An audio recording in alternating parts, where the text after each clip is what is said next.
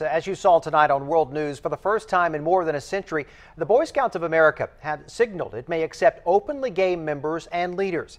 10 News reporter Chris Murphy just talked with the local activist who has led a national movement for this change in policy.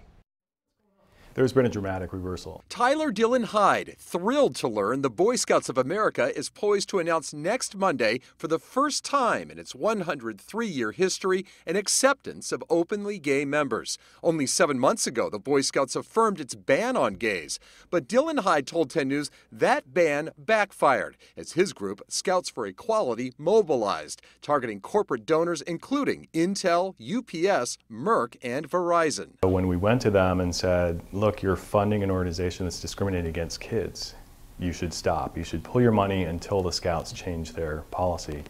They started listening. The new policy would leave decisions on membership and leadership up to the Boy Scouts of America's 290 local governing councils and the 116,000 sponsoring religious and civic groups. Essentially, Scout units would be able to decide for themselves how to address the issue, so it's not an outright national blanket acceptance of gays.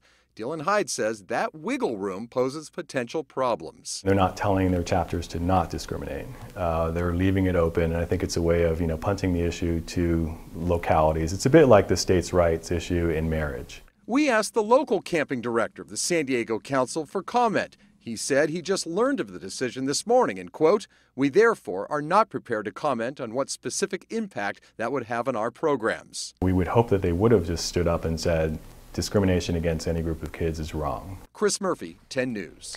Family Research Council President Tony Perkins called the potential shift, quote, a serious mistake.